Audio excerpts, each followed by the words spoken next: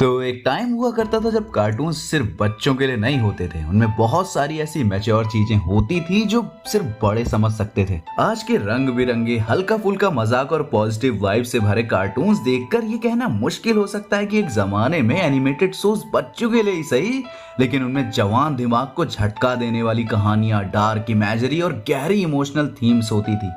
90s और early 2000s के cartoon सिर्फ मनोरंजन का जरिया नहीं थे, बल्कि ये छोटी उम्र में भी जिंदगी के कुछ कड़वे सच, डर, तन्हाई, दुख और संवेदना को समझाने का एक रास्ता बन जाते थे। तो आज के इस वीडियो में मैं तुम्हें उन्हीं 5 डार्क कार्टून के कुछ मोमेंट्स के बारे में बताऊंगा जो शायद उस टाइम हम नहीं समझ पाए थे। तो नंबर 1 पर आता है आई आईज एपिसोड डेक्स्टर्स लेबोरेटरी से। अब ये एक बहुत ही वियर्ड शो था, तो इसमें डार्क एपिसोड्स तो बहुत सारे हैं, लेकिन ये वाला एपिसोड ऐसा था जो हमारी डेली लाइफ में होने वाले रियल इंसिडेंट को अडॉप्ट कर रहा था। इस एपिसोड में डेक्स्टर की एक छोटी सी काइंडनेस की वजह से एक लड़की उसके ऊपर इतना ऑब्सेस्ड हो जाती है कि उसे स्टॉक करना चालू कर देती है। अब स्टॉकिंग कितनी ज्यादा खतरनाक हो सकती है ये तुम्हें नेटफ्लिक्स की यू सीरीज देख के पता चल ही गया होगा। वो लड़की डेक्स्टर का हर जगह पीछा करना चालू कर देती है, डेक्स्टर की प्राइवेसी के लंगर लगा देती है। डेक्स्टर की पूरी लाइफ जहन्नुम की तरह बीत रही थी, क्योंकि स्टॉकर्स का कुछ पता नहीं होता कि वो कब क्या कर दें। अब इस एपिसोड में डेक्स्टर की सिस्टर उस लड़की का ऑब्सेशन डेक्स्टर पर से हटाकर किसी और चीज पर लगा देती है, लेकिन स्टिल ये बहुत ज्यादा स्कैरी है, क्योंकि इससे होता क्या है कि अब उस दूसरे पर्सन की लाइफ नर्क बन जाएगी। क्योंकि मेरे दोस्त, इस टाइम तुम देखोगे तो स्टॉकिंग सबसे बड़े क्राइम्स के अंडर आता है, क्योंकि इसमें तुम्हारी प्राइवेसी तुम्हारी रही नहीं जाती। अब हो सकता है कि ये चीज मोस्टली लड़कों के लिए रिलेटेबल ना हो, लेकिन तुम किसी भी लड़की से पूछो, उनके स्कूल के बाहर, कॉलेज, ट्यूशन के बाहर बहुत सारे ऐसे स्टॉकर्स होते हैं जो उन्हें परेशान करते हैं। और जो चीज सबसे ज्यादा सैडेस्ट है वो ये कि लड़कियां इनके बारे में अपने पेरेंट्स से या किसी दोस्त से बता भी नहीं पाती। और यही वजह है कि कार्टून के डार्केस्ट मोमेंट्स की इस लिस्ट में ये एपिसोड अपनी जगह बनाता है। नंबर 2 पर आता है करेज द कावर्डली डॉग का एपिसोड परफेक्ट। और ना, इसमें मैं किसी भूत या घोस्ट के बारे में बात नहीं करूंगा, क्योंकि इस एपिसोड में जिस टॉपिक पे फोकस किया गया है वो आज के टाइम पे बहुत ज्यादा कॉमन है। इस एपिसोड में करेज घर के छोटे मोटे कामों को ठीक से ना कर पाने की वजह से बहुत ज्यादा सेल्फ गिल्ट में चला जाता है। करेज खुद को हेट करने लग जाता है। अब ये चीज उसकी मेंटल हेल्थ पे बहुत असर डालती है, क्योंकि बार बार ऐसा होने की वजह से उसका ये एंजाइटी, डिप्रेशन बहुत ज्यादा बढ़ जाता है। उसकी खुद के प्रति नफरत उसे पैनिक अटैक्स और नाइटमेयर्स देने लग जाती है। ये एपिसोड पूरी तरह से बेस्ड था डिप्रेशन पे, जो कि बहुत बड़ा इशू है। जब करेज हमारी तरह खुद की और किसी दूसरे की एक्सपेक्टेशन पे खरा नहीं उतरता तो वो निगेटिविटी से भर जाता है। और ये पूरा एपिसोड बस ये दिखाने में चला जाता है कि करेज परफेक्ट नहीं है और उसे ये चीज एक्सेप्ट कर लेनी चाहिए। और मेंटल हेल्थ, सुसाइड, डिप्रेशन जैसी प्रॉब्लम्स बढ़ी ही हैं, कम नहीं हुई हैं।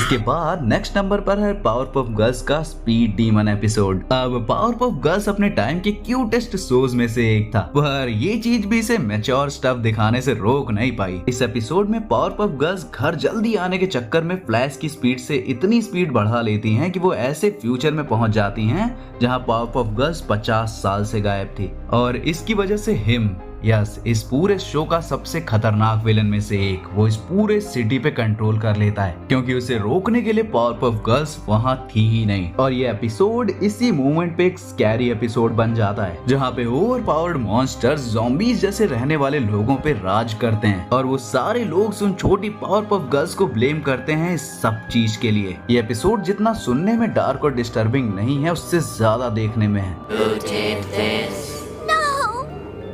I did was take over. It was easy. Why'd you leave us, Powerpuff Girls? Why? You weren't here to protect us. You weren't here. It's your fault. Your fault. Your fault. इसके बाद अगला darkest episode आता है Phineas and फर्ब्स से Phineas and फर्ब्स gate Busted. अब वैसे तो ये पूरा एपिसोड एक ड्रीम सीक्वेंस था, जो कि एक नॉर्मल है कार्टून सीरीज में डार्क मोमेंट्स को दिखाने के लिए। अब इस एपिसोड में कैंडिस कामयाब हो जाती है अपने पेरेंट्स को दिखाने के लिए कि उनके पीठ पीछे फिनियस एंड फर्ब्स क्या क्या क्रिएट करते रहते हैं, और उनके पेरेंट्स उन्हें मिलिट्री स्कूल भेज देते हैं, जहाँ उनसे उनकी इमेजिनेशन, क्रिएटिविटी, इच्छाएं और सपने सब कुछ छीन लिए जाते हैं और उन्हें बहुत ज्यादा टॉर्चर टॉर्चर किया जाता है। उन्हें एक तरह से ज़ॉम्बी बना दिया जाता है, जो वही करेगा जो उनकी फैमिली और सोसाइटी चाहती है, जैसा कि हमारी रियल लाइफ में भी होता है। पेरेंट्स और स्कूल में भी बच्चों को वही सिखाया जाता है जो वो सिखाना चाहते हैं, ना कि वो जो बच्चे सीखना चाहते हैं और करना चाहते हैं। हर किसी को बस एक ही तरह से ट्रीट किया जाता है, जैसे कि वो मशीन्स हों, और हर किसी को एक ही गोल पकड़ा दिया जाता है ताकि वो अपने आप कोई चीज ना सीखें, कोई गोल ना सीखें, उन्हें जो पसंद है वो ना करें। सारी इमेजिनेशन, सारी क्रिएटिविटी बचपन में ही खत्म। और ये सिर्फ इंडिया की ही नहीं बल्कि पूरे वर्ल्ड के एजुकेशन सिस्टम की प्रॉब्लम है, जिसे इस एपिसोड में थोड़ा और डार्क करके दिखाया जाता है। सुबह भी वैसी है यहाँ शाम, यहाँ इमेजिनेशन का नहीं कोई काम।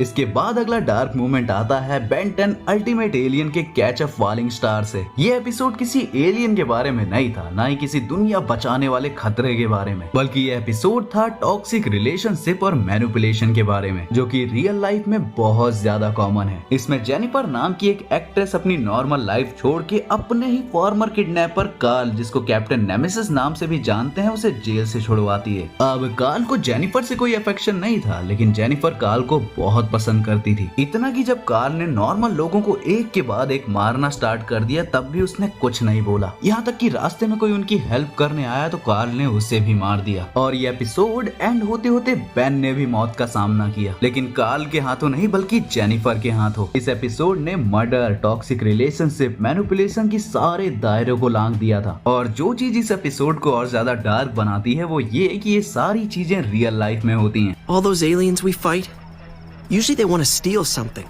or take over the world. Fine, I get that.